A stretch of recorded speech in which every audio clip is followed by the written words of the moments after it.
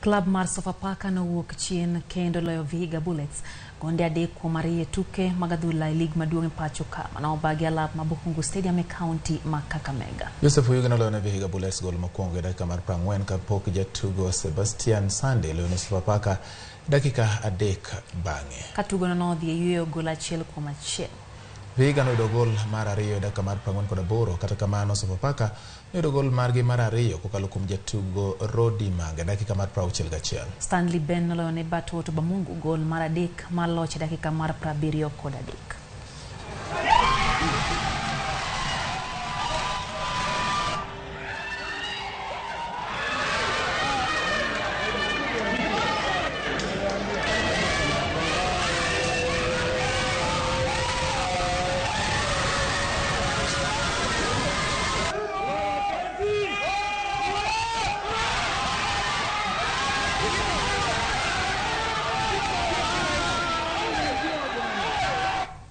Odhi nyime tim mar Nairobi City ong'ado tiko mar nus finals mag